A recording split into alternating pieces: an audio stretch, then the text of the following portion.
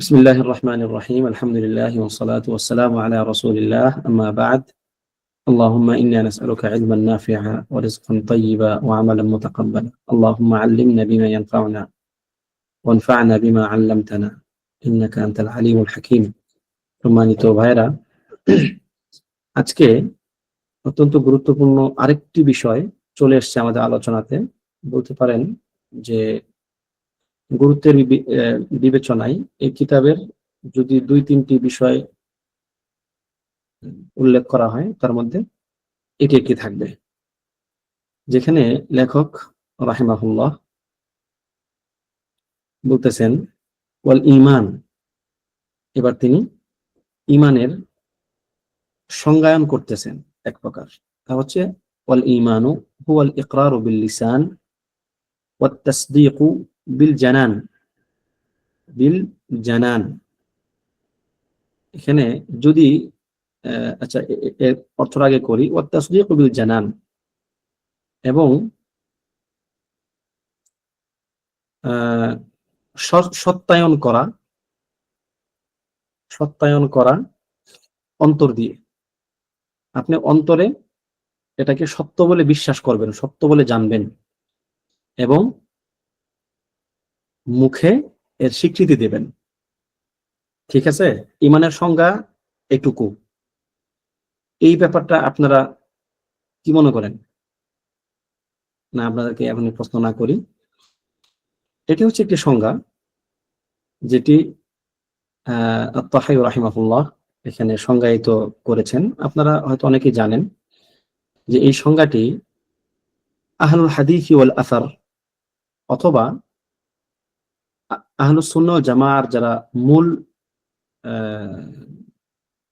অংশ বলতে পারেন, তাদের সঙ্গে এই সংজ্ঞায়নে বেশ ভালো রকমের একটা ইখতিলাফ আছে। তো যারা ঈমানের সংজ্ঞা এভাবে করেন, আল ইকরারু বিল লিসান ওয়াত তাসদীকু বিল জানান, এনাদেরকে মধ্যে যারা ফুকাহা উলামা, তাদেরকে বলা হয় মুরজিআতুল ফুকাহা।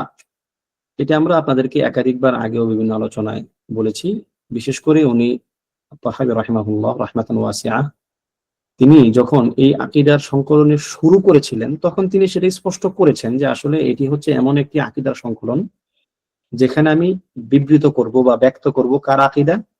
আহলুস সুন্নাহ ওয়াল জামাআর মধ্যে, তার ভাষ্যমতে সেটা ইমাম আবু হানিফা এবং তার দুই ছাত্র, তাদের যে আকীদা তারা পোষণ করতেন, সেই আকীদা আমি আপনাদেরকে এখানে বর্ণনা করব। তো এটা একটা মাশহুর কথা যে ইমাম আবু হানিফা রাহিমাহুল্লাহ সহ ওনাদের সিলসিলায় যারা এই ঈমানের এই সংজ্ঞায়নে বিশ্বাস করতেন তাদেরকে বলা হয় মুরজিআতুল ফুকাহা। তারা ফুকাহা, কিন্তু মুরজিয়াদের আকীদার এই অংশটা তাদের মধ্যে ঢুকে গেছে, এবং এটি ঢুকেছে মূলত বলতে পারেন হাম্মাদ বিন সুলাইমান অথবা সুলাইমান বিন হাম্মাদ, আমি যদি নামটা ভুল না করে থাকি। ইমাম আবু হানিফা রাহিমাহুল্লাহ তার যিনি শিক্ষক, তার যিনি উস্তাদ, ঠিক আছে, ওনার থেকে মূলত ইমাম আবু হানিফা রাহিমাহুল্লাহ উনি এই মতটা গ্রহণ করেন, পোষণ করেন। যদিও এখানে একাধিক মত পাওয়া যায়, যেমন কেউ কেউ বলে যে ইমাম আবু হানিফা রাহিমাহুল্লাহ আসলে এই মত পোষণ না, এটি ছিল খাওয়ারিজদের বিরোধিতা করার জন্য একটি হাতিয়ার। কারণ খাওয়ারিজরা আমলের প্রত্যেকটা অংশকে ঈমানের অংশ বানিয়ে দিয়ে যদি কেউ কোনো একটা ফরজ ত্যাগ করে অথবা যদি কেউ কোনো একটা হারাম কাজ করে ফেলে, তাহলে তারা তাকে কাফের সাব্যস্ত করে। সুতরাং তাদেরকে রদ করতে গিয়ে ওই সময়ের একটা অংশ, উলামায়ে কেরামের একটা অংশ, ঈমানের এই সংজ্ঞা দিলেন যে আমল ঈমানের অংশই না, সুতরাং আমল না করলে সে ঈমান হারা হয় কিভাবে, এটা বলা হয়ে থাকে। তবে অমুমান ইমাম আবু হানিফা রাহিমাহুল্লাহ এই মত পোষণ করতেন, এটি মোটামুটি বলা যায় আর কি। তো আমরা আমাদের সালফে সালেহিনের কাছ থেকে যে পরিভাষাটা পেয়েছি তাদের ক্ষেত্রে, যে এটি হচ্ছে মুরজিআতুল ফুকাহা, তাদের অবস্থান। এখন মুরজিআহ এবং যারা মুরজিআতুল ফুকাহা, তাদের মধ্যে পার্থক্য কি, এটা কিন্তু আপনারা স্পষ্টভাবে মনে রাখবেন, যেন প্যাঁচ গুছ লাগায় না ফেলেন আবার। ঠিক আছে, এটা প্যাঁচ গুছ লাগায় ফেলা যাবে না। মুরজিআহ তাদের অবস্থান এবং মুরজিআতুল ফুকাহাদের অবস্থান এক না। মুরজিআতুল ফুকাহা বলা হয় মুরজিয়াদের দুই একটা বিশ্বাসের দুই একটা অংশ খণ্ডিত ভাবে যে সমস্ত উলামায়ে কেরাম বিশ্বাস করতেন।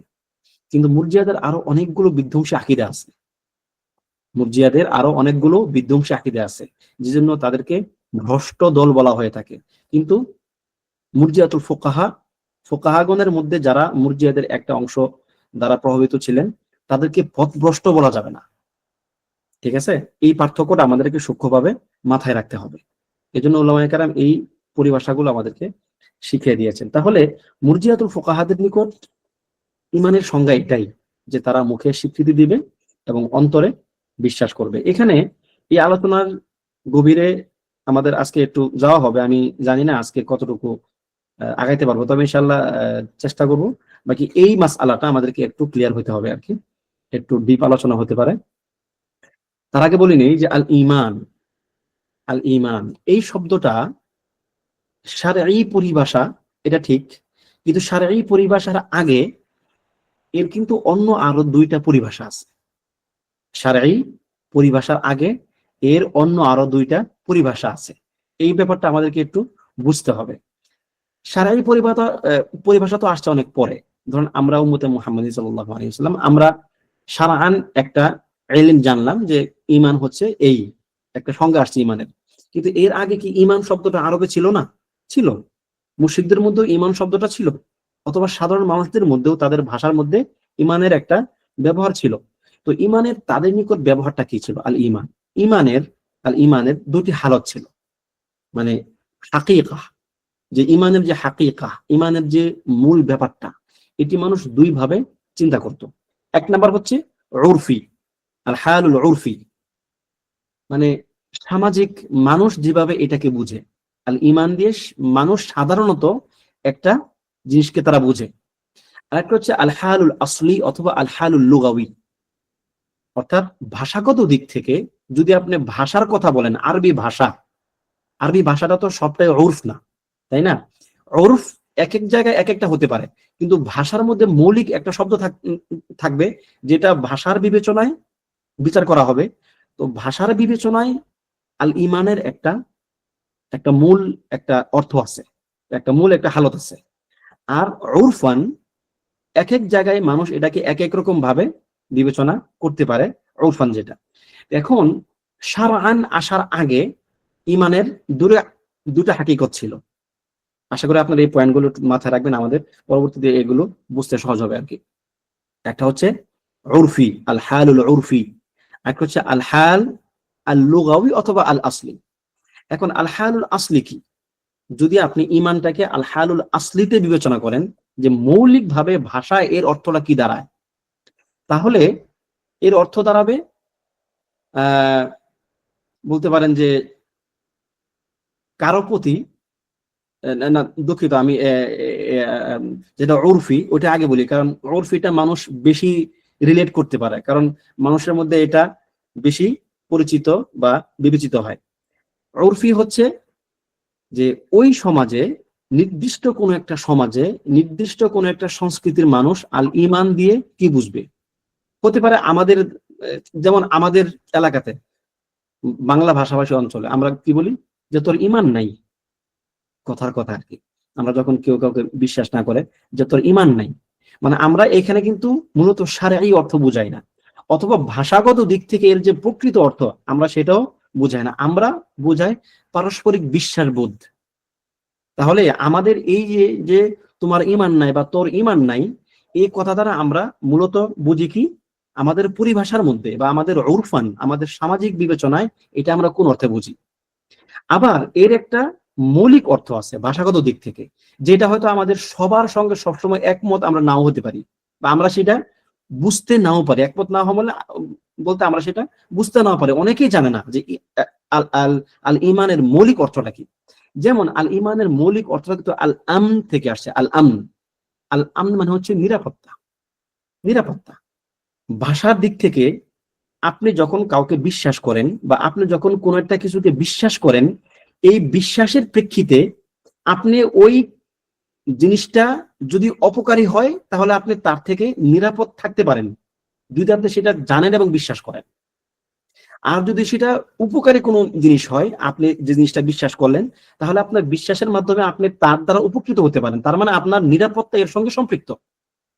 আপনার ওই বিষয়ের প্রতি বিশ্বাস, আপনার নিরাপত্তা এর সঙ্গে সম্পৃক্ত। এই জন্য আল্লাহ তাআলা বলেছেন, আল্লাযীনা আমানু ওয়া লাম ইয়ালবিসু ঈমানাহুম বিযুলমিন উলাইকা লাহুমুল আমন। তাদের জন্য রয়েছে কি নিরাপত্তা, কারণ তারা জেনে শুনে সুনির্দিষ্ট কিছু কাজ থেকে বিরত থাকে। তারা তাদের ঈমানটাকে, তারা তাদের বিশ্বাসটাকে জুলমের সঙ্গে সম্পৃক্ত করে না। তার মানে হচ্ছে লুগাতান লুগাতান অথবা আসলান মৌলিকভাবে আল ঈমান হচ্ছে আল আমন, এক প্রকার নিরাপত্তা। আর উরফান হচ্ছে পারস্পরিক বিশ্বাস, পারস্পরিক বিশ্বাস। এবার আসেন শারআন। শারআন এটাকে আরো বেশি আখাস করে দেওয়া হয়েছে, অনেক বেশি আহ বলতে পারেন যে সংকীর্ণ এর অর্থটা। ঈমানের সুনির্দিষ্ট একটা সংজ্ঞা আছে শরীয়তে, ঠিক আছে, যেটা আমরা হাদিসে জিবরিলে জেনেছি যে তুমি আমাকে ঈমান সম্বন্ধে বলো। জিবরিল আলাইহিস সালাম নবী সাল্লাল্লাহু আলাইহি সাল্লামকে বলতেছেন যে তুমি আমাকে বা আপনি আমাকে ঈমান সম্বন্ধে বলুন। মাল ঈমান, তখন তিনি বললেন আল ঈমানু হুয়া আন তুমিনা বিল্লাহি ওয়া মালাইকাতিহি ওয়া কুতুবিহি ওয়া রুসুলিহি ওয়াল ইয়াউমিল আখির ওয়াল কদরি খাইরিহি ওয়া শাররিহি। এই যে 6টা বিষয়ের প্রতি বিশ্বাস রাখা সচেতন ভাবে, এটাকে আল্লাহ নবী সাল্লাল্লাহু আলাইহি সাল্লাম ঈমান বলেছেন। ঠিক আছে, তার মানে কি শারআন এর অর্থটা আরো বেশি সংকীর্ণ বা আরো বেশি আহ মানে বলতে পারেন যে সুনির্দিষ্ট হতে পারে। শারআন, শারআন কোন একটা জিনিসের সংজ্ঞা, লুগাতান এর সংজ্ঞাটাকেও সে সম্পৃক্ত করতে পারে, অথবা উরফান যেই পরিভাষাটা বা যেই সংজ্ঞাটা সমাজে প্রতিষ্ঠিত আছে ওটাকেও সে সম্পৃক্ত করতে পারে, আবার সেগুলোকে বাদ দিয়ে নিজস্ব একটা সংজ্ঞা তার থাকতে পারে। তো আল ঈমানের 3টা জিনিস আমরা জানলাম। একটা হচ্ছে শরীয়ত আসার আগেই এর একটা লুগাতান এর একটা অর্থ আছে, উরফান এর একটা অর্থ আছে, পরবর্তীতে শারআন এর একটা নতুন অর্থ তৈরি হয়েছে। এখন আপনি কিভাবে বুঝবেন যখন কোরআনে জি একজন এখানে লেখেন যে আল ঈমানু কওলুন ওয়া নিয়্যা, এটি হচ্ছে সংজ্ঞায়ন। আমরা ইনশাআল্লাহ সেটা একটু পরে আসতেছে। আমরা এখন ভাষাগত দিক থেকে আল ঈমানের একটু ব্যাখ্যা বিশ্লেষণ করার চেষ্টা করতেছি। এখন আপনি কিভাবে বুঝবেন যে এই আল ঈমান এই শব্দটা যখন আসবে তখন কখন উরফি হবে, কখন শারঈ হবে এবং লুগাওয়ী হবে, এর হাকিকত, ঈমানের হাকিকতটা কখন কোনটা হবে, এটা আপনি বুঝবেন কিভাবে? যখন আল ঈমান শব্দটা, খেয়াল করেন, আল ঈমান শব্দটা যখন নিরাপত্তার সঙ্গে সম্পৃক্ত হবে, নিরাপত্তা স্বাভাবিকভাবে নিরাপদ থাকা, নিরাপত্তা এর সঙ্গে যখন সম্পৃক্ত হবে, মুকারানা হবে বা ইকতিরান হবে, তখন এটা আপনি ধরে নেবেন যে এটি হচ্ছে কি আল হালুল লুগাওয়ী, অথবা আল আল হাকিকাতুল লুগাওয়িয়্যাহ, অথবা আল হাকিকাতুল আসলি, প্রকৃত অর্থে এটা ঈমান। যেমন ধরুন আহ ইয়াকুব আলাইহিস সালামের সন্তানরা যখন ইউসুফ আলাইহিস সালামকে কূপে ফেলে আসলো, তখন না কূপে ফেলে আসার পরে তারা তখন এসে কি বলল, ওয়ামা আনতা বিমুমিনিল লানা, না দুঃখিত, এটা এটা না, এটা হচ্ছে উরফান। ঠিক আছে, এটা হচ্ছে হ্যাঁ যখন আপনি আসলি বলবেন নিরাপত্তার সঙ্গে সম্পৃক্ত, যেমন একটু আগে আমি আপনাদেরকে আয়াতটা বললাম, যেমন আল্লাযীনা আমানু ওয়া লাম ইয়ালবিসু ঈমানাহুম বিযুলমিন উলাইকা লাহুমুল আমনু ওয়া হুম মুহতাদুন। আল্লাযীনা আমানু ওয়া লাম ইয়ালবিসু ঈমানাহুম বিযুলমিন, এটি হচ্ছে তার প্রকৃত অর্থে, এর যে ভাষাগত দিক থেকে এর অর্থ কি আছে, এখন এটাকে এখানে বোঝানো হচ্ছে। আল্লাযীনা আমানু ওয়া লাম ইয়ালবিসু ঈমানাহুম বিযুলমিন উলাইকা লাহুমুল আমন। যেহেতু আমনের সঙ্গে এখানে ঈমানটাকে সম্পৃক্ত করা হয়েছে, তাহলে এখানে আপনি ধরে নেবেন যে এটা একদম তার যে ভাষাগত দিক, ভাষাগত দিক থেকে এই ঈমানটাকে বোঝানো হয়েছে। এখন প্রশ্ন হচ্ছে তাহলে কি ভাষাগত দিক থেকে যখন এটাকে বোঝানো হবে তাহলে কি শারআন হতে পারে না? হ্যাঁ হতে পারে, তবে ভাষাগত দিক থেকেও এটা বোঝানো হবে। এরকম যত জায়গাতে নিরাপত্তা এর সঙ্গে সম্পৃক্ত শব্দ দেখবেন, ঈমান কোরআন সুন্নাহর মধ্যে আর কি, তখন সেটাকে ভাষাগত দিক থেকে বুঝবেন, তবে শারআনও হতে পারে। ঠিক আছে, তবে ভাষাগত দিক থেকে সে আগে হবে। এরপরে আসুন, যখন এই আল ঈমানটা, আল ঈমান শব্দটা লাম দ্বারা মুতাআদ্দি হবে, লাম দ্বারা মুতাআদ্দি হবে। যেমন আল ইমানু লি, যারা আপনারা ইংলিশ পড়ছেন ফ্রেজ তো বুঝেন নাকি? যেমন ধরেন যে লিফট আপ, লিফট ডাউন, তাই না?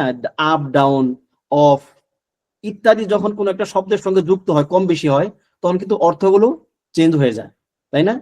সিট ডাউন, ডাউন যখন হবে সিটের সঙ্গে তখন কি নিচের দিকে বুঝাবে আর কি, তাই না?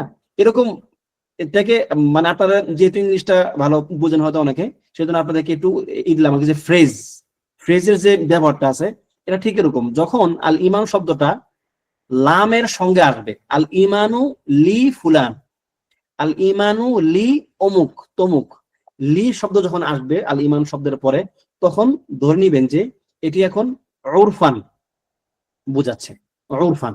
যেমন ইয়াকুব আলাইহিস সালামের সন্তানরা যখন এসে বলল ওয়ামা আনতা বিমুমিনিন লানা ওয়ালাউ কুন্না সাদিকিন, যে আপনি তো আমাদেরকে বিশ্বাস করবেন না যদিও আমরা সত্যবাদী, আমরা কিন্তু সত্য কথা আপনাকে বলতেছি, কিন্তু আপনি আমাদেরকে বিশ্বাস করবেন। দেখেন এখানে কিন্তু ওয়ামা আনতা বিমুমিনিন লানা, লা লি শব্দ আসছে, ঠিক আছে? তো এরকম যত জায়গায় দেখবেন লি লানা দিয়ে বোঝানো হয়েছে, তত জায়গাতে বুঝবেন যে এটা হচ্ছে উরফি, মানে তখন তার অর্থ কি হবে?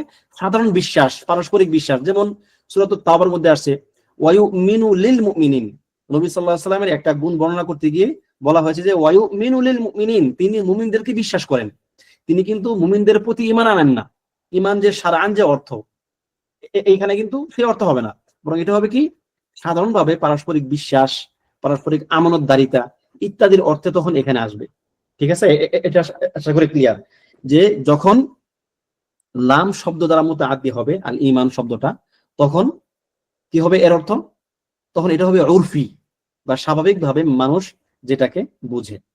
এরপরে কোরআন সুন্নাহর মধ্যে ঈমান শব্দটা যখন বা দ্বারা, বা হরফ দ্বারা মুতাআদ্দি হবে, তখন বুঝবেন যে এটা হচ্ছে ঈমান শারঈ। যেমন আমানতু বিল্লাহ, আমি আল্লাহর প্রতি ঈমান এনেছি। ওই যে একটু আগে বললাম সূরাতুত তাওবার মধ্যে, ওই একই আয়াতের মধ্যে আল ঈমান শারঈ এবং আল ঈমান উরফি দুটি আসছে। যেমন আয়াতটা হচ্ছে এরকম ওয়ামিনহুমুল্লাযীনা ইউযুনা আন-নাবিয়্যা ওয়া ইয়াকুলুনা হুয়া উযুন কুল উযুনু খায়রিল লাকুম ইউমিনু যে তোমাদের নবী কান কথা শুনে, আমাদের ব্যাপারে তোমরা তাদের কাছে গিয়ে যা কিছু বলো উনি কান কথা শুনে আমাদের নামে। ঠিক আছে? তো আল্লাহ বলতেছেন যে হ্যাঁ তোমরা বলো কুল উযুনু খায়রিল লাকুম, যে তার এই কাজটা তোমাদের জন্য কল্যাণকর, অর্থাৎ যতটুকু তোমাদের কল্যাণকর তিনি ততটুকু মানুষের কাছ থেকে শুনেন। এবং ইউমিনু বিল্লাহ, আল্লাহর নবী আল্লাহর প্রতি বিশ্বাস করেন, আল্লাহর প্রতি দেখেন ইউমিনু বিল্লাহ, এবং ওয়ায়ুমিনু লিল মুমিনিন, এবং মুমিনদেরকে বিশ্বাস করেন আল্লাহর প্রতি বা, আর ওয়ায়ুমিনু লিল মুমিনিন মুমিনদের জন্য লা, লিল। ঠিক আছে? তাহলে যখন বি শব্দ দ্বারা ইউমিনু আসবে, ঈমান শব্দটা আসবে, তখন তার অর্থ কি হবে? যেটা শারআন যে তার যে অর্থ আল্লাহর প্রতি বিশ্বাস, ঠিক আছে, যেগুলোর প্রতি বিশ্বাস হবে আর কি। লামের সাথে মুতাআদ্দি উরফি, নিরাপত্তার সাথে সম্পৃক্ত লুগা আছেন। এবং ওয়ায়ুমিনু লিল মুমিনিন, মুমিনদের প্রতিও তিনি আস্থা রাখেন। যখন লাম দ্বারা মুতাআদ্দি হবে তখন তার অর্থ হবে কি? আস্থা রাখা। ঠিক আছে? বিশ্বাস করা পরস্পরকে। তাহলে এটা আশা করি একদমই আপনাদের নিকট ক্লিয়ার হয়ে গেল। এই তিনটা মাসআলা বা তিনটা পার্থক্য আমাকে কে বলতে পারবেন? একজন অবশ্য লিখছেন কমেন্টে, দেখছি দেখি আপনার এটা হয়েছে কিনা। লিখছেন লামের সাথে মুতাআদ্দি উরফি, নিরাপত্তার সাথে সম্পৃক্ত লুগাহ বা সিলা যুক্ত শারআন বা বা সিলা। যাই হোক, আপনি হয়তো এমনি একটু ঘুরে লেখছেন, তবে আপনার মূল কনসেপ্ট ঠিক আছে আর কি। ঠিক আছে? যখন বা দ্বারা আসবে, বা দ্বারা মুতাআদ্দি হবে, তখন হবে কি? ঈমান শারআন, আল্লাহর প্রতি বা যেটা শরীয়ত আমাদেরকে করতে নির্দেশ দিয়েছেন, ঠিক আছে, আল্লাহ তাআলা। আর লাম দ্বারা মুতাআদ্দি হলে পারস্পরিক উরফি বা সামাজিক বিবেচনা, আমরা যেটাকে বুঝি পারস্পরিক বিশ্বাস, আস্থা। ঠিক আছে? এই জায়গাটা। আর যখন এটা নিরাপত্তার দিক থেকে এটা এরকম হবে। জি আহসান, আহসান। উলাইকা লাহুমুল আমন, তাদের জন্য রয়েছে নিরাপত্তা। ঠিক আছে। আচ্ছা, তো এটা গেল আমাদের মানে ভাষাগত দিক থেকে এর একটা অবস্থা। এবার আমরা ইনশাআল্লাহ এর আহলুস সুন্নাহ ওয়াল জামাআহ বা আহলুল হাদিস ওয়াল আসারের সংজ্ঞাগুলো জানবো। তার আগে একটু জানি যে আমরা যেহেতু আলোচনা করলাম যে এটি হচ্ছে মুরজিয়াতুল ফুকাহা, যারা এই বিশ্বাসটা পোষণ করেন যে ঈমান হচ্ছে ইকরার বিল লিসান, মুখে স্বীকৃতি দেওয়া এবং অন্তরে বিশ্বাস করা, এই কথাটা যারা বলেন তাদেরকে আমরা কি বললাম? মুরজিয়াতুল ফুকাহা। এখন মুরজিয়া উমুমান, মুরজিয়া যাদের নামের সঙ্গে যুক্ত হবে এরকম ব্যক্তিদের মধ্যে এই ঈমানের ব্যাপারে দুইটি কওল আছে, দুইটি কওল। একটা হচ্ছে কওলু জুমহুরুল মুরজিআহ, মুরজিয়াদের যে সাধারণ মানে সাধারণ কওল যেটা মুরজিয়া উমুমান, ফুকাহা না কিন্তু, মুরজিয়াতের উমুমান যে আকীদা এই ক্ষেত্রে সেটা হচ্ছে আল ঈমান হুয়া তাসদীক। এটি শুধুমাত্র মানে অন্তরে বিশ্বাস করার নামই ঈমান তাদের কাছে। ঠিক আছে, তাদের কাছে কি শুধুমাত্র অন্তরে বিশ্বাস করলে ঈমান, মুখেও স্বীকৃতি দেওয়ার কোনো প্রয়োজন নাই। আম ভাবে আর কি, আম মুরজিয়াদের কাছে এই বিশ্বাস। তারাও কিন্তু আমলকে সরাই দিছে, তারা মানে আমলকে তো সরাইছেই, মুখের স্বীকৃতিকেও তারা সরাই দিছে। আর দ্বিতীয় হচ্ছে মুরজিয়াতুল ফুকাহা, তারা হচ্ছে যে মুখের স্বীকৃতিটাকে তারা জরুরি মনে করেন। এখন তাহলে মুরজিআহ কেন বলা হয়, ইরজা কেন বলা হয়?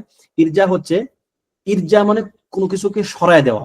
ইরজা উল আমালি মিন মুসাম্মাল ঈমান, ঈমানের নাম থেকে বা ঈমানের মূল থেকে আমলের কনসেপ্টটাকে সরিয়ে দেওয়া, ইরজা করা। ঠিক আছে, তো যেহেতু যারা উমুমান মুরজিআহ, জুমহুরুল মুরজিআহ, তারা যেমন আমলকে সরিয়ে দিয়েছে, এরকম কিছু কিছু ফুকাহা যখন তারা আমলকে সরিয়ে দিয়েছেন ঈমানের সংজ্ঞা থেকে, তখন তাদেরকেও ওই ইরজা পারিভাষিকভাবে বলা হয়ে থাকে। কিন্তু প্রকৃত অর্থে মুরজিয়া যাদেরকে বলা হয়ে থাকে তারা ওই শ্রেণীর না। তারা কি ওই শ্রেণীর না, শুধুমাত্র ভাষাগত দিক থেকে তাদেরকে বোঝানোর জন্য, যেহেতু তারা আমলকে ঈমানের নাম থেকে দূরে সরিয়ে দিয়েছে, সেজন্য তাদেরকে ইরজা শব্দটি যুক্ত করা হয়ে থাকে। তাহলে এটা মোটামুটি ক্লিয়ার যে যারা মুরজিয়াতুল ফুকাহা তাদের হচ্ছে আল ইকরারু বিল লিসান এবং ওয়াত তাসদীকু বিল জানান। আর যারা মুরজিয়া উমুমান, জমহুরুল মুরজিয়া, তাদের কাছে কি শুধুমাত্র তাসদীক বিল জানান, তাদের জন্য ইকরার বিল লিসান দরকার নাই। এখন তাদের দলিলটা কি? ধরেন যারা বলে যে আমল ঈমানের অংশ না, দলিল কি? কে কে জানেন? আমল, তাদের সবচেয়ে বড় একটা দলিল আছে, কেউ জানেন দলিলটা কি? দলিলটা জানলে আপনাদের বুঝতে সহজ হবে আর কি, যে তাদের বিশ্বাসের ভিত্তিটা কোথায় এবং আমাদের এই ক্ষেত্রে জবাবটা কি। এটা হচ্ছে যেমন কোরআনে আসছে আল্লাযীনা আমানু ওয়া আমিলুস সালিহাত, আল্লাযীনা আমানু ওয়া আমিলুস সালিহাত, যারা ঈমান আনে এবং সৎকর্ম করে। তা তাদের যুক্তিটা হচ্ছে যে যেহেতু আল্লাহ সুবহানাহু ওয়া তাআলা ঈমানকে সৎকর্ম থেকে পৃথক করছেন এবং দিবেন, এবং মানে কি, এটা লিল মুগায়ারা মানে লিত তাগায়ুর, যে ঈমান এক জিনিস আর আমল ভিন্ন জিনিস। ঠিক আছে, এবং কোরআনে এরকম অনেক জায়গাতে আসছে আল্লাযীনা আমানু ওয়া আমিলুস সলিহাত, ইন্নাল্লাযীনা আমানু ওয়া আমিলুস সলিহাত আমিনু বিল্লাহ, তারপরে বেশ কিছু কাজের কথা আসছে। তাহলে তাদের যুক্তি হচ্ছে কি, যে এখানে আল্লাহ তাআলা তাগায়ুর করেছেন ঈমানকে এবং আমলকে। যখন আতফ হয়, আরবি ভাষায় আতফ, ওয়াও দ্বারা যখন আতফ হয়, একটা একটা সঙ্গে সম্পৃক্ত হয়, তখন এটা ইয়াকতাদি তাগায়ুর, দুই জিনিস এরকম বোঝায়। যেমন আমি বললাম যে আমি এবং আপনি অমুক জায়গায় গিয়েছিলাম, এবং শব্দ দ্বারা যখন বললাম তখন কি হয়, আপনি এবং আমি দুই সত্তা, আমরা একই জিনিস না। যদি আমরা একই জিনিস হইতাম তাহলে তো আমরা আমি এবং শব্দটা ব্যবহার করতাম না।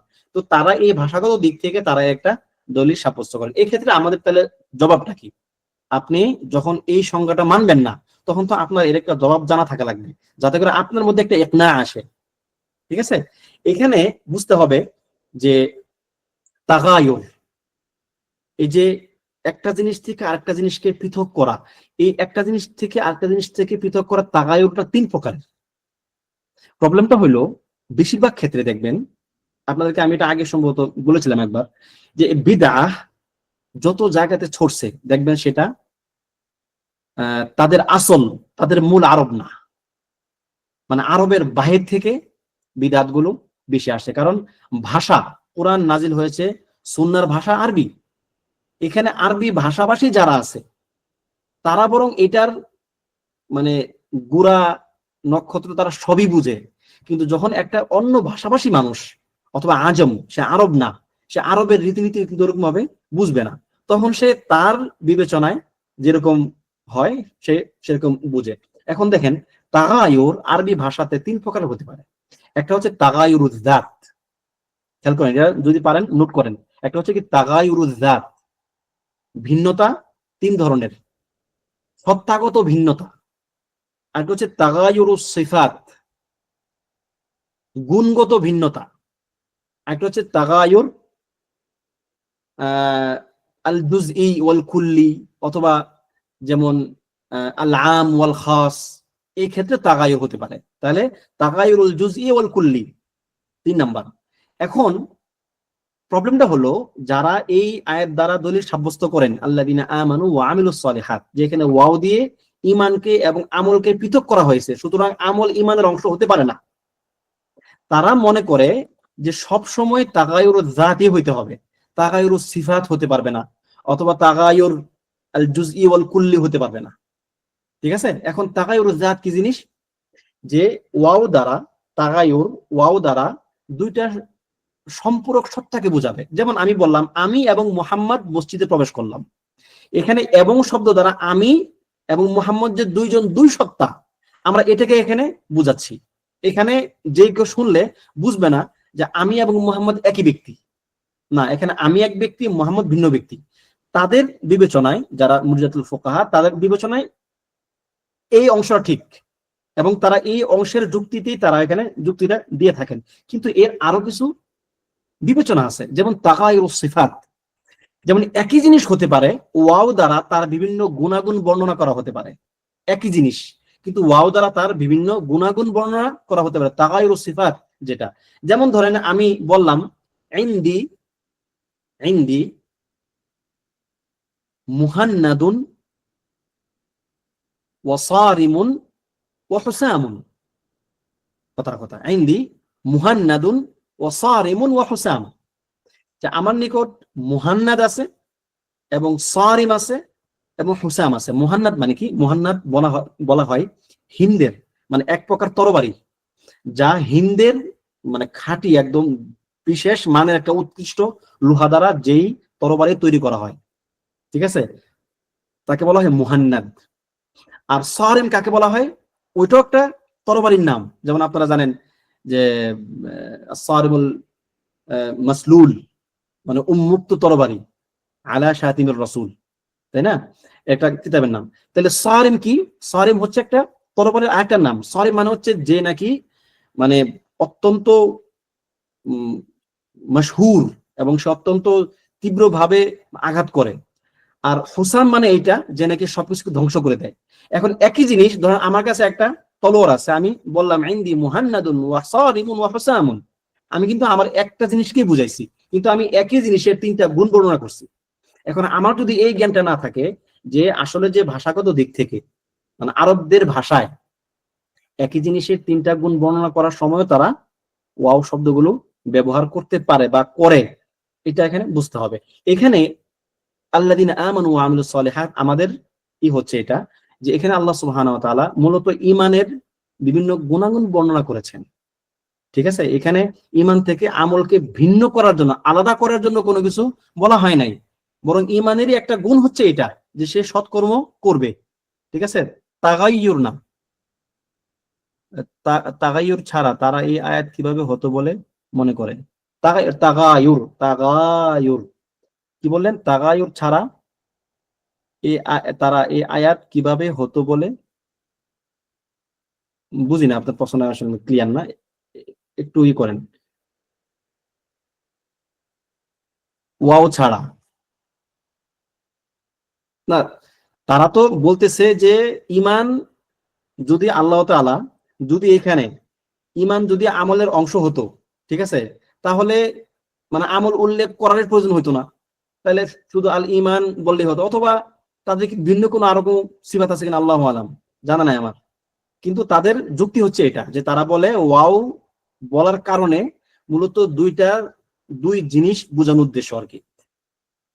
এটা আমি একটু চিন্তা করছিলাম যে তাহলে এর অন্য আর কি রূপ হতে পারে, আমি তো ওয়াও ছাড়া তো সেখানে বুঝতে পারি নাই। যেমন আল্লাযীনা আমানু ওয়া আমিলুস সলিহাত, আল্লাযীনা আমানু ওয়া আমিলুস সলিহাত, না এটা তো হতে পারে না, এটা তো ভাষাতে আসে না।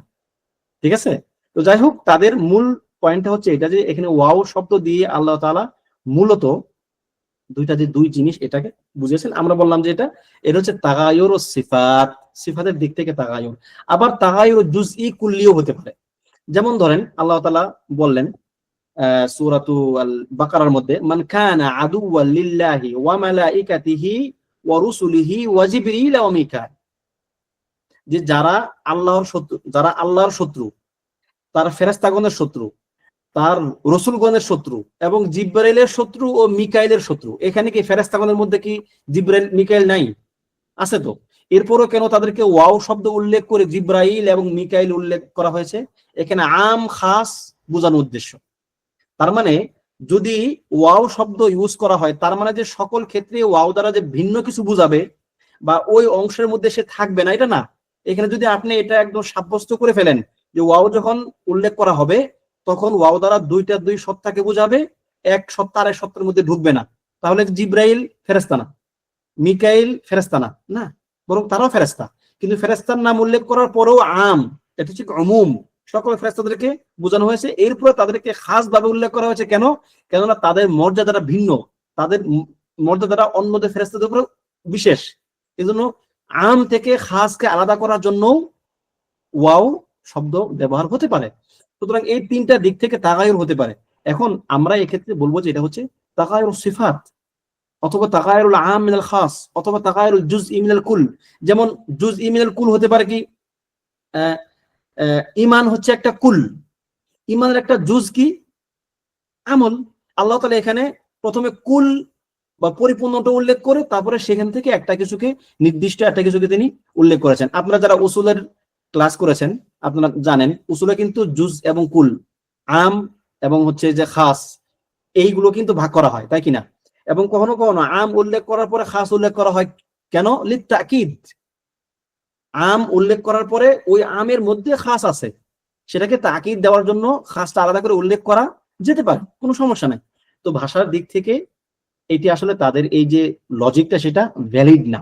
ঠিক আছে, তাহলে আমরা এটা মোটামুটি জানলাম যে তাদের দলিলটা কি এবং তাদের এটা কি। এবার আসুন যে আহলুল হাদিস ওয়াল আসার অথবা আহলুস সুন্নাহ জামাত যারা মূল ধারা, তাদের কাছে ঈমানের সংজ্ঞাটা কি।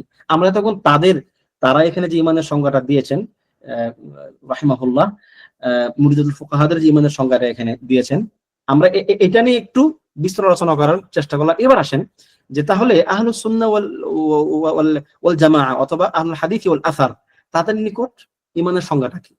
তাদের নিকট ঈমানের সংজ্ঞা একটা হচ্ছে একদম মৌলিক ঈমানের সংজ্ঞা, একদম সালাফগণের দিক থেকে যারা মুতাকাদ্দিমিন উলামায়ে কেরাম তারা একরকম ঈমানের সংজ্ঞা দিয়েছেন, পরবর্তীতে যারা খালাফ বা মুতাআখিরিন উলামায়ে কেরাম তারা ওইটাকে আরেকটু ব্যাখ্যা করে মানুষের বোঝার স্বার্থে ব্যাখ্যা করেছেন।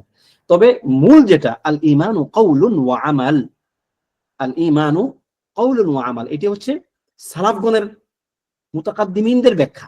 এবং আমাদের শায়েখ মাশায়েখগণ যখন পড়ান তখন তারা বলেন যে এটি হচ্ছে অনেক বেশি মানে মুরাক্কাস এবং অনেক বেশি ভালো এই সংজ্ঞাটা।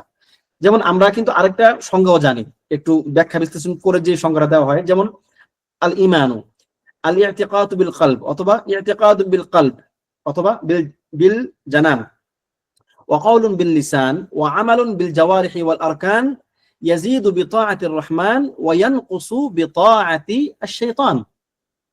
ঠিক আছে, আমরা কিন্তু এই সংজ্ঞাটা স্বাভাবিকভাবে আমরা জানি যে আল ঈমানু কাউলুন বিল লিসান, ইতিকাদুন বিল জানান এবং ওয়াল আমালু বিল আরকান, ইয়াজিদু বিতাআতি ওয়া ইয়ানকুসু বিল ইসয়ান অথবা ইয়াজিদু বিতাআতির রহমান ওয়া ইয়ানকুসু বিতাআতি আশ-শাইতান ইত্যাদি।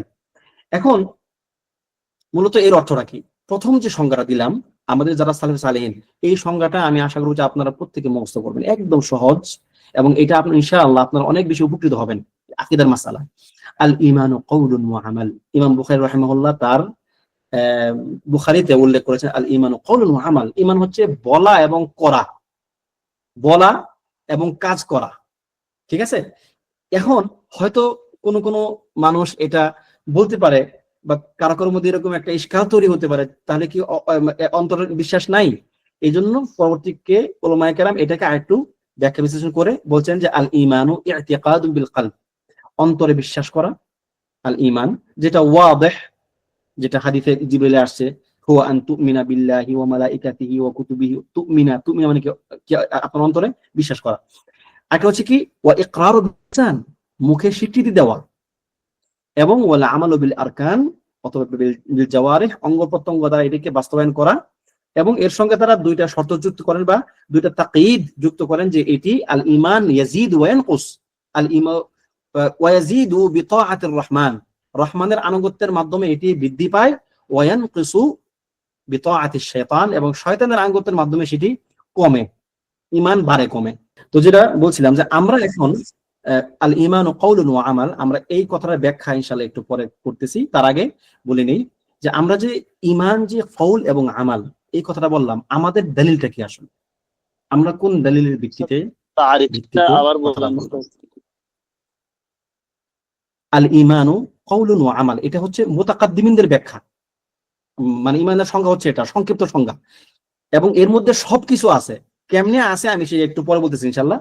বাকি এরপরে মুতাআখিরিন যারা আসছেন উলামায়ে কেরাম, তারা এটাকে ব্যাখ্যা করছেন কি আল ঈমানু ই'তিকাদুন বিল কলব, ই'তিকাদুন বিল কলব ওয়া ইকরারুন বিল লিসান ওয়া আমালুন বিল আরকান ইয়াজিদু বিত তাআতি ওয়া ইয়ানকাসু বিল ইসয়ান।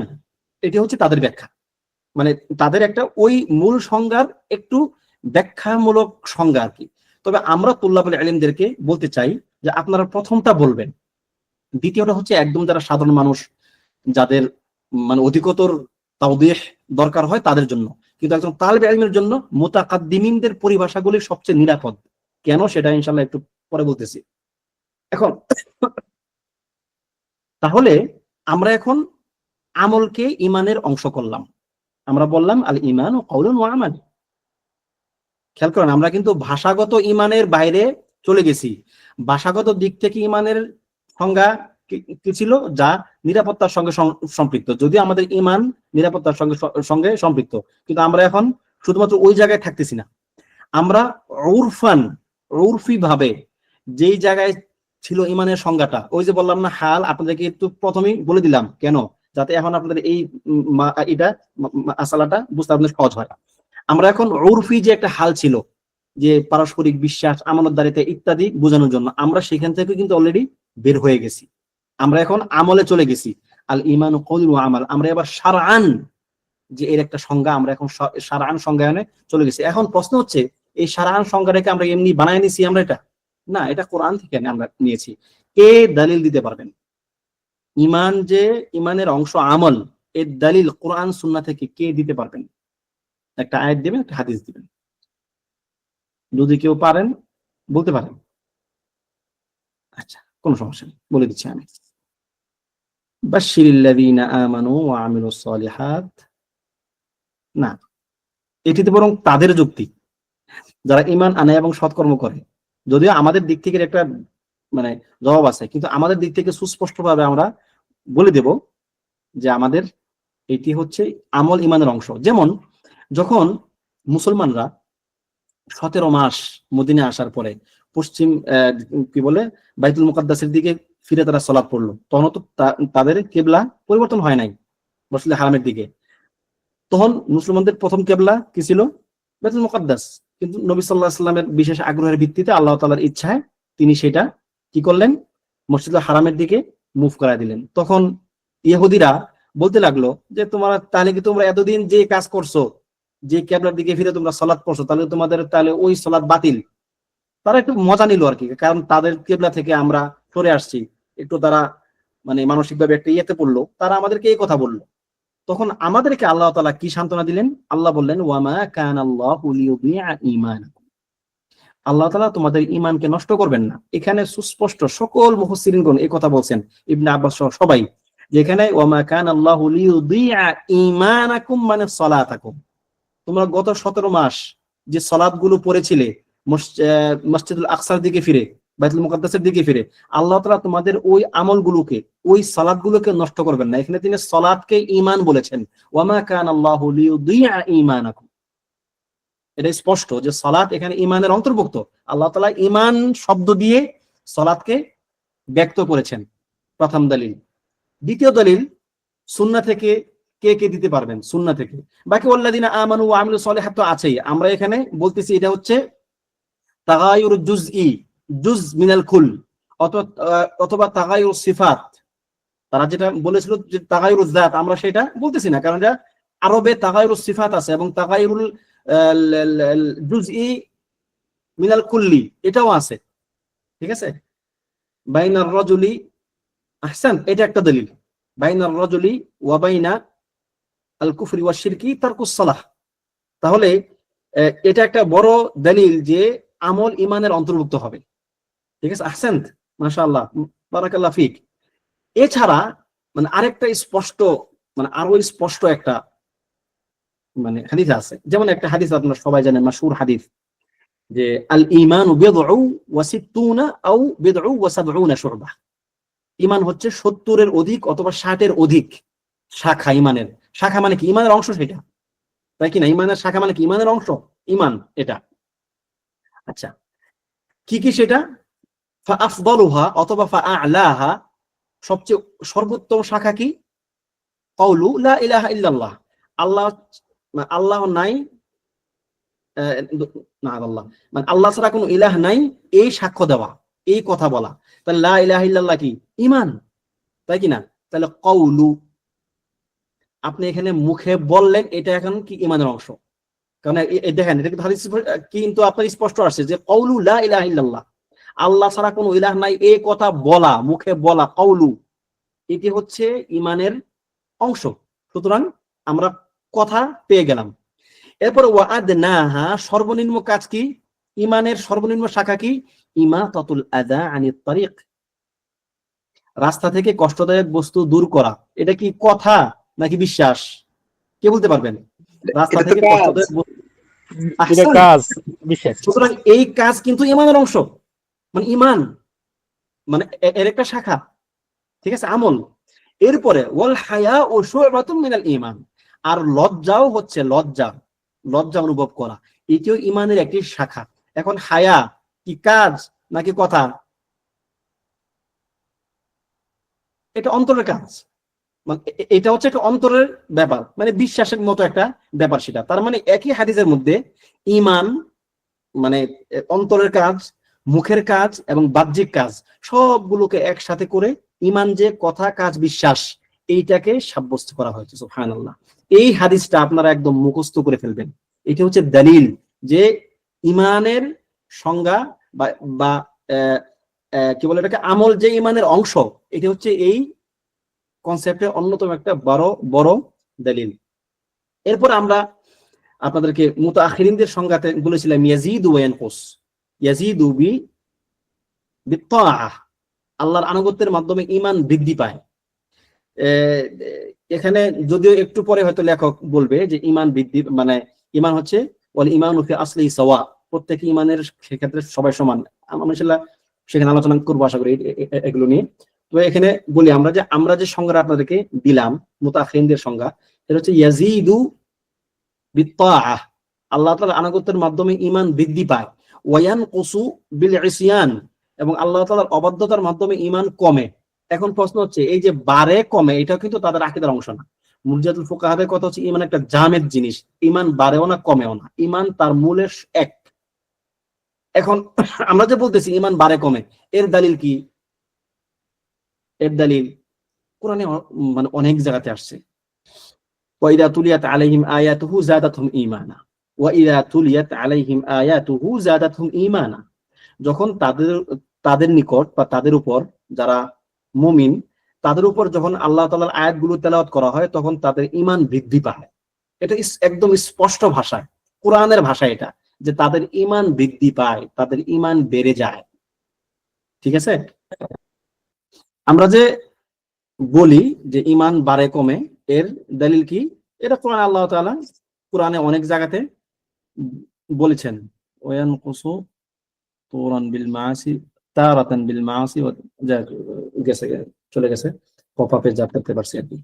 তাহলে ইয়ানকুসু ইয়ানকুসু বিত্তাআতি ইয়াজিদু বিত্তাআতি ওয়া ইয়ানকুসু বিল ইসয়ান, অথবা ইয়াজিদু বিত্তাআতির রহমান ওয়া ইয়ানকুসু বিত্তাআতিশ শাইতান।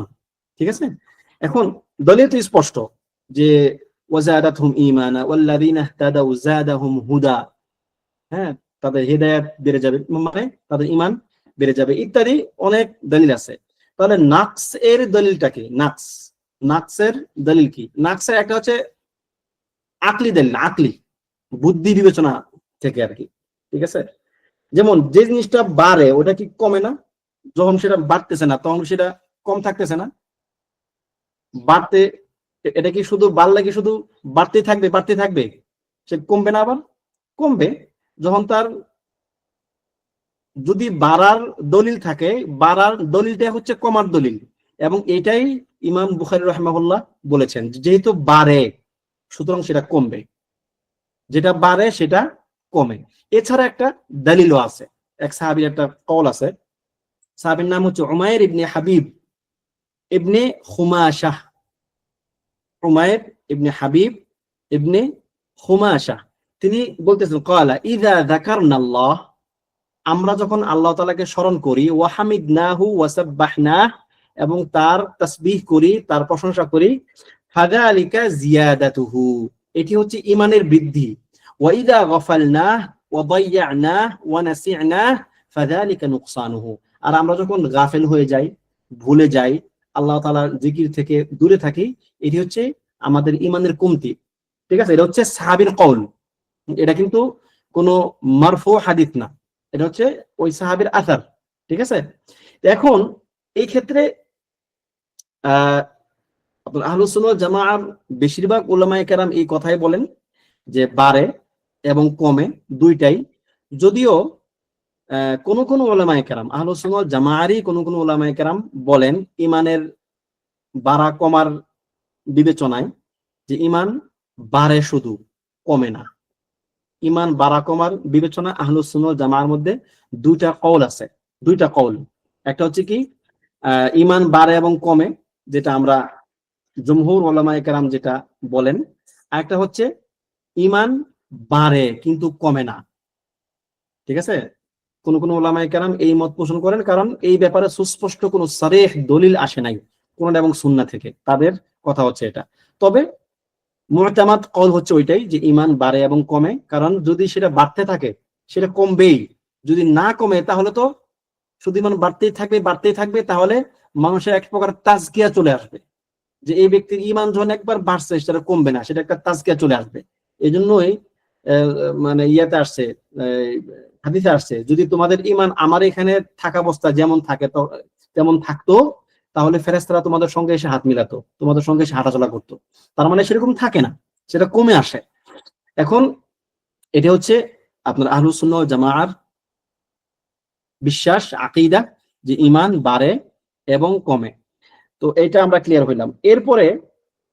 এরপরের যে মাসআলাটা আমরা আলোচনা করব তা হলো যে আহলুল কিবলার মধ্যে ঈমানের ব্যাপারে, মানে ঈমানের সংজ্ঞায়নের ব্যাপারে কি কি মত পাওয়া যায়। আমরা এখন জানলাম যে মুরজিয়াতুল ফুকাহাদের একটা মত জানলাম আমরা, এবং মুরজিয়াদের মত নিয়ে আলোচনা কিছুটা করেছিলাম বাকি, এবং আহলুস সুন্নাহ ওয়াল জামাআর মত নিয়েও কথা বলেছি বাকি। এখন যারা আহলুল কিবলার অনুসরণকারী, নিজেদেরকে মুসলিম দাবি করে, এদের মধ্যে ঈমানের সংজ্ঞায়নে কতগুলো মতামত পাওয়া যায়, কতগুলো মত আমরা পাই। যেমন এক নাম্বার হচ্ছে জুমহুরুল আশাইরাতি ওয়াল মাতুরিদিয়্যাহ, এক নাম্বার মত, মনে রাখেন এটা মুখস্থ করেন। সাধারণ আশআরী মাতুরিদি, ফুকাহারা না, সাধারণ আশআরী মাতুরিদি যারা আছে, বেশিরভাগ আশআরী মাতুরিদি, তারা হচ্ছে আল ঈমানু তাসদীকুন ফাকাত, অন্তরে বিশ্বাস করা শুধু হচ্ছে ঈমান, শুধু অন্তরে বিশ্বাস।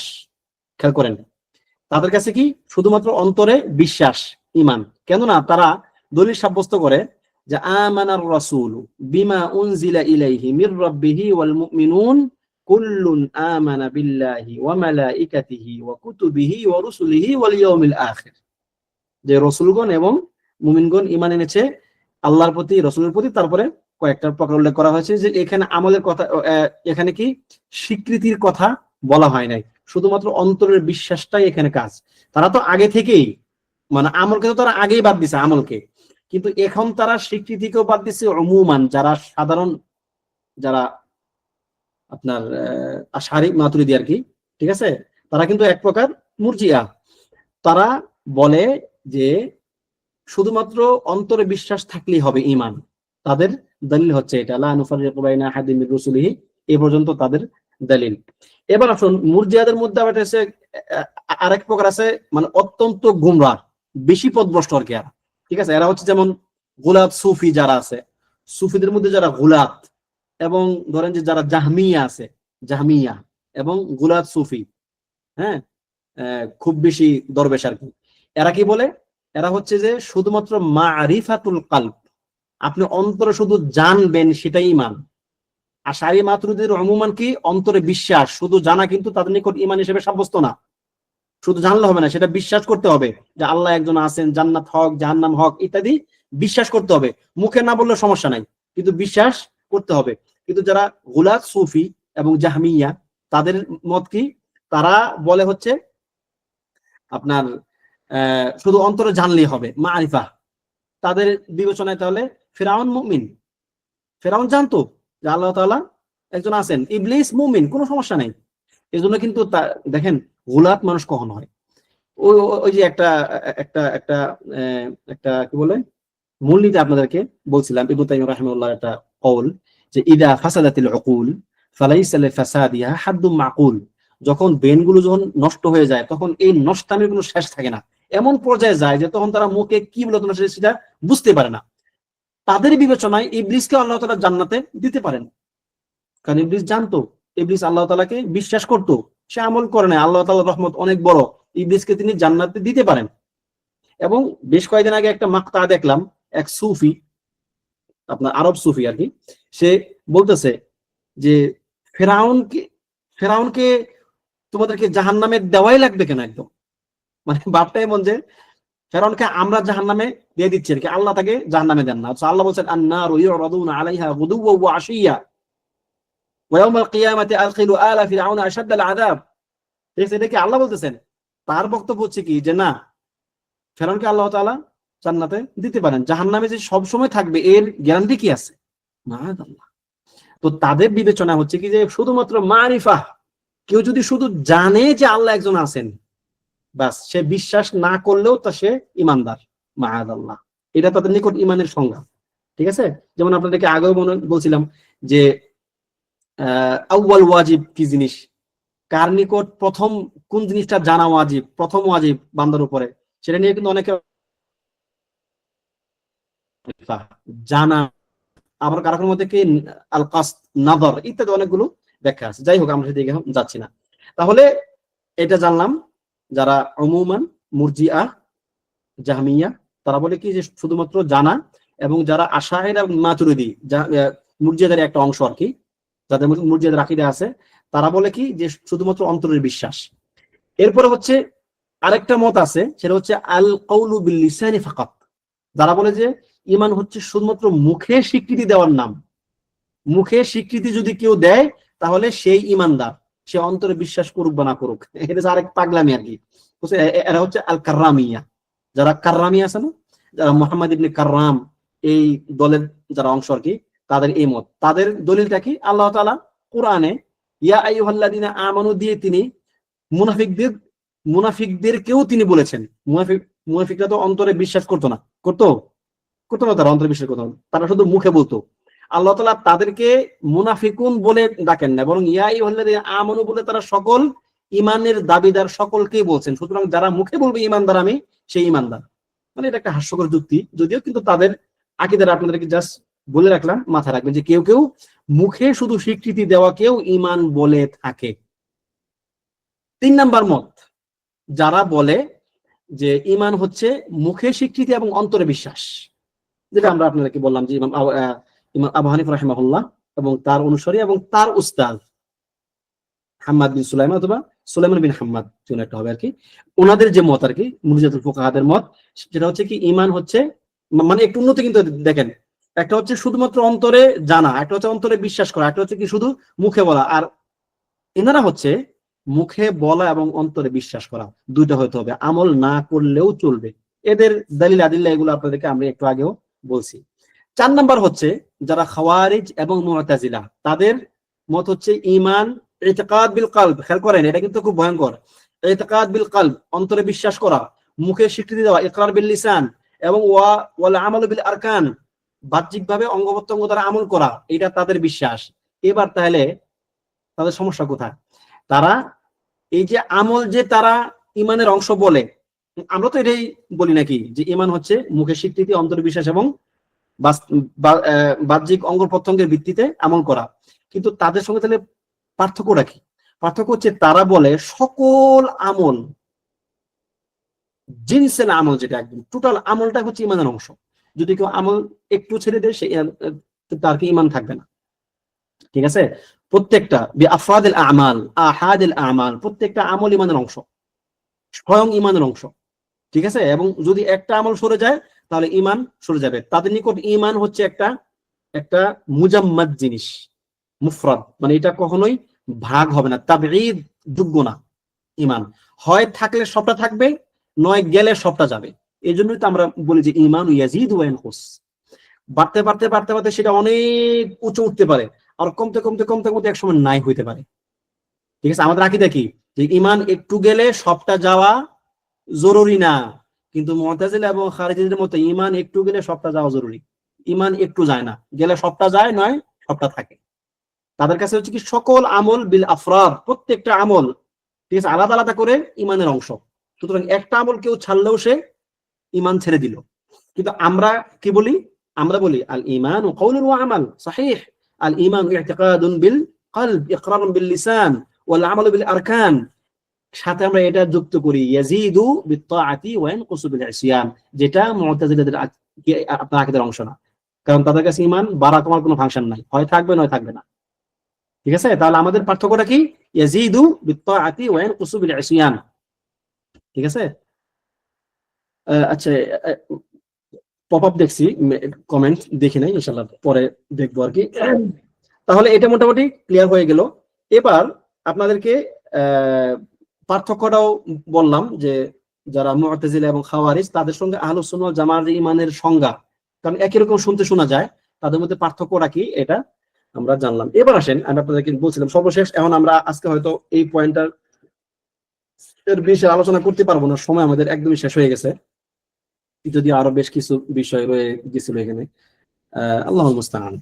আমরা একটু ওই যে বলছিলাম ঈমান কাউলুন ওয়া আমাল, এর একটা ব্যাখ্যা দেব, এটা দিয়ে আজকে আমরা আলোচনা আমাদের শেষ করব ইনশাআল্লাহ। এটা যদি মনে রাখেন তাহলে আপনি ঈমানের আলোচনায় বেশ অনেক দূর এগিয়ে গেছেন, মানে বুঝতে হবে আর কি। আমি কিন্তু ক্লাসের পর আপনাদেরকে জিজ্ঞেস করবো, সাবধান, একটু নজর সহকারে শুনেন। আল ঈমানু কাউলুন ওয়া আমাল, মুতাকাদ্দিমিনদের সংজ্ঞা হচ্ছে এটা। ঈমান হচ্ছে মুখে বলা এবং কাজ করা। এখানে কাউলুন একটা বহুল বা অনেক ব্যাপক অর্থবোধক একটা শব্দ, কাউল। কাউলুন বিল কলব, কাউলুন বিল লিসান। এখানে কাউল দ্বারা উলামায়ে কেরাম সাব্যস্ত কি করেছেন? কাউলুন বিল কলব এবং কাউলুন বিল লিসান। এরপরে আমল, আমল হচ্ছে আমালুন বিল কলব এবং আমালুন বিল আরকান। এই চারটা জিনিস, এই চারটা জিনিস যদি আপনি বুঝে যান তাহলে আপনার জন্য মোটামুটি এই ব্যাপারটা ক্লিয়ার হয়ে যাবে ইনশাআল্লাহ। এখন কাউলুন আপনার বুঝতেছেন নাকি আমি একাই কথা বলতেছি? জানান একটু যে কাউলুন, আচ্ছা তো এরকম বলতে হবে, যে বলতে হবে আবার। আমার 100 বার বলতে কোনো সমস্যা নাই, কিন্তু না বুঝে যদি বলেন যে আলহামদুলিল্লাহ ক্লিয়ার উস্তাদ, তাহলে মুশকিল, সমস্যা আছে এটা। আল ঈমানু, আমরা কি বলছি? আল ঈমানু কাউলুন ওয়া আমাল, এটা হচ্ছে মুতাকাদ্দিমিনদের ব্যাখ্যা, মুতাকাদ্দিমিনের সংজ্ঞা হচ্ছে এটা। ঈমান বলা, মুখে স্বীকৃতি দেওয়া এবং কাজ করা। এখানে কিন্তু অন্তরে বিশ্বাসের কথা কেউ নাই, এখানে আছে নাই। কারণ ঈমান বাই ডিফল্ট অন্তরে থাকবেই, না থাকলে সেটা কি ঈমানের অংশ হবে না? সেটা, এটা তো তার বাহ্যিক নাম থেকে বোঝা যায় ঈমান। ঠিক আছে? এখন তারা কাউলুন ওয়া আমাল বলছেন, এখন এখানে তারা চারটা জিনিসকে সম্পৃক্ত করছেন। একটা হচ্ছে আল কাউল, খেয়াল করেন, আল ঈমানু কাউলুন ওয়া আমাল। এই কাউল দুই প্রকার, কাউলুন বিল কলব, কাউলুন বিল লিসান। এই আমল দুই প্রকার, আমালুন বিল কলব ওয়া আমালুন বিল আরকান। বুঝছেন? আশা করি বুঝছেন। না বুঝলে সমস্যা নেই, আবার বুঝাবো ইনশাআল্লাহ। এখন তাহলে এবার অর্থটা কি? কৌল বলা, অন্তরের বলা, মুখের বলা। অন্তরের বলা কি জিনিস? এবার অন্তরের বলা মানে কি? মুখের বলা ক্লিয়ার যে লা ইলাহা ইল্লাল্লাহ, আমি স্বীকৃতি দিলাম যে আল্লাহ ছাড়া কোনো ইলাহা নাই, আশহাদু আল্লা ইলাহা ইল্লাল্লাহ ওয়া আশহাদু আন্না মুহাম্মাদান রাসূলুল্লাহ। তাহলে অন্তরের বলা কি? অন্তরের বলা হচ্ছে বিশ্বাস করা। কৌলুল কলবি ইতিকাদুহু, পারলে নোট করেন, কৌলুল কলবি ইতিকাদুহু অথবা ইতিকাদুহা। অন্তরের বলা হচ্ছে তার বিশ্বাস। এই যে সে বিশ্বাস করলো যে আল্লাহ একজন আছেন, আল্লাহ শাস্তি দিবেন, জান্নাত জান্নাত আছে, জাহান্নাম আছে, কিয়ামত হবে, আখিরাত আছে, এই যে সকল ব্যাপারগুলো বিশ্বাস করা, এটা হচ্ছে অন্তরের বলা। অন্তর তো আপনাকে বাহ্যিকভাবে বলবে না। আপনার বিশ্বাস মানে কি? আপনি একা একা এই কথাটা আপনি একা একা বলেন অন্তর অন্তরে, তাই কিনা? এইটাই হচ্ছে অন্তরের বলা, হচ্ছে অন্তরের বিশ্বাস। ঠিক আছে?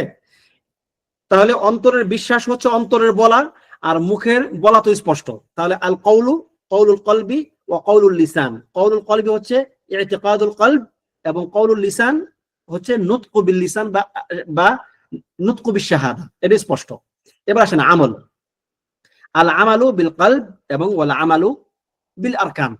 এখন আল আমালু বিল আরকান স্পষ্ট যে আমরা সালাত পড়ি, আমাদের অঙ্গ প্রত্যঙ্গ কাজে লাগে, আমরা সালাত পড়ি, যাকাত দেই, হজ করি, উমরা করি, সিয়াম পালন করি, সেটা স্পষ্ট। হক কথা বলি, ঠিক আছে? তাহলে এটা ক্লিয়ার, বাহ্যিক অঙ্গ প্রত্যঙ্গ দ্বারা আমল করা। তাহলে অন্তরের আমল কি জিনিস? অন্তরের আমল হচ্ছে আশাউক, আশা, আকাঙ্ক্ষা, রাজা, খাউফ ইত্যাদি। ঠিক আছে? এখন এই চারটা শব্দ আমরা কেন বললাম? মানে আমি স্বস্তি পাচ্ছি না। স্বস্তি বলতে আমি নিশ্চিত হতে পারতেছি না যে আপনারা বুঝছেন।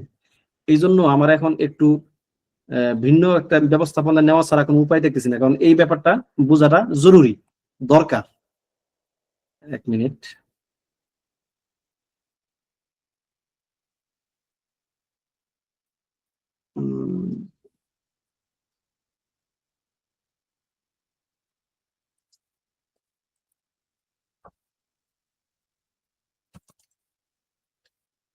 কওলুল কলব।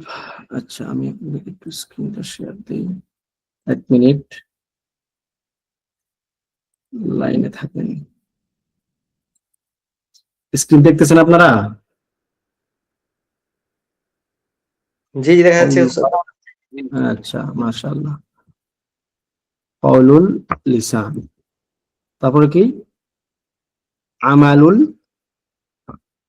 কলব, بالقلب عمل بالأركان. আমালুল লিসান। আহসান। লা লা লা, আমালুল আরকান। الأركان بالأركان. হ্যাঁ, আরকান, আমালুল আরকান। ঠিক আছে? এখন একটু বড় করে দেই। দেখেন, আমরা কি বলছিলাম? আল ইমানু কওলুন ওয়া আমাল। তাহলে কওলের দুটা অর্থ, একটা হচ্ছে কওলুল কলব, অন্তরের বলা, একটা হচ্ছে মুখের বলা। অন্তরের বলা কি? কওলুল কলবি কি?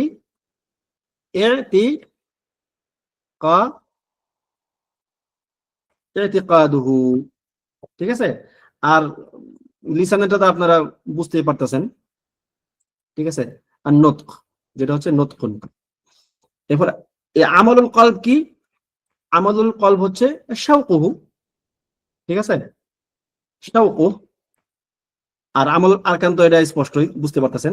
এখন এই যে কওলুল লিসান হচ্ছে মুখে স্বীকৃতি দেওয়া, কওলুল কলব হচ্ছে অন্তরে বিশ্বাস করা। আর আমালুল কলব অন্তরের কাজ কি? একটা হচ্ছে অন্তরের বলা, একটা অন্তরের কাজ। অন্তরের কাজ হচ্ছে শাওকুহু, শাওক।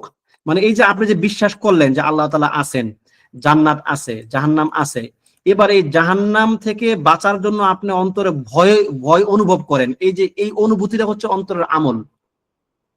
জান্নাত আছে আপনি বিশ্বাস করেন, এই জান্নাত পাওয়ার জন্য আপনি আগ্রহী হন, এই যে রজা, আশা, এটা হচ্ছে কি আপনার অন্তরের আমল। আপনি বিশ্বাস করেন যে আল্লাহ তাআলা খুব শক্তিশালী, এটা হচ্ছে কওলুল কলব। এখন যেহেতু তিনি শক্তিশালী, এবার আপনি আল্লাহ তাআলার উপর তাওয়াক্কুল করেন, ভরসা। এই যে তাওয়াক্কুল, এটি হচ্ছে কি? অন্তরের আমল। কথা বোঝা গেল এবার? অন্তরের আমল এবং অন্তরের বলার মধ্যে পার্থক্য কি? এই হলো মূল পার্থক্য। আশা করি এবার আপনারা ক্লিয়ার হয়ে গেছেন যে তাহলে আমরা এই 4টা ভাগ কেন করতে হলো, কারণ একটা একটার সঙ্গে সম্পৃক্ত। যদি আপনি অন্তরে না বলেন, মানে অন্তরে যদি আপনি বিশ্বাস না করেন, তাহলে আপনি মুখে কেমনে বলবেন? সুতরাং আপনাকে অন্তরে বিশ্বাস থাকতে হবে। অন্তরে বিশ্বাস না থাকলে মুখে বললে আপনি মুনাফিক, মাআযাল্লাহ। সুতরাং অন্তরে বিশ্বাস থাকতে হবে এবং আপনাকে মুখে বলতেও হবে। এবার আসেন, আপনি অন্তরে বললেন, মুখে বললেন, অন্তরে বিশ্বাস করলেন, মুখে বললেন, কিন্তু আপনি আপনার ভিতরে কোনো শৌক কাজ করতেছে না, আপনার ভিতরে কোনো খাউফ কাজ করতেছে না, কোনো রজা কাজ করতেছে না। তার মানে আপনার এই বিশ্বাসটা অকেজু। আমল ছাড়া ঈমান কি? গাছ ছাড়া, ফল ছাড়া গাছের মতো অকেজু, কোনো কাজ নাই। এটা একটা অহেতুক জিনিস। ঠিক আছে? তাহলে আপনাকে শৌক, আশা, ভরসা ইত্যাদি থাকতে হবে। এরপরে যেহেতু আপনার আশা ভরসা আছে, এবার এইটা থেকে বাঁচার জন্য অথবা এটা পাওয়ার জন্য আপনাকে এবার আমল বিল আরকান করতে হবে। তাহলে একটা একটার সঙ্গে দারাজাত, মানে একটা থেকে আরেকটা দিকে মানুষ আস্তে আস্তে উন্নতির দিকে আসবে। ঠিক আছে? এটা হচ্ছে তার একটা স্তর, এগুলো এক একটা, এবং এগুলো একটার সঙ্গে একটা সম্পৃক্ত। একটাকে বাদ দিয়ে আপনি আরেকটাকে চিন্তা করতে পারবেন না। আল্লাহ সুবহানাহু ওয়া তাআলা আমাদেরকে এই ব্যাপারগুলো বোঝার তৌফিক দান করুন। আমিন। ওয়া সাল্লাল্লাহু ওয়া সাল্লামা আলা নাবিয়িনা মুহাম্মদ ওয়া আলা আলিহি ওয়া সাহবিহি আজমাইন।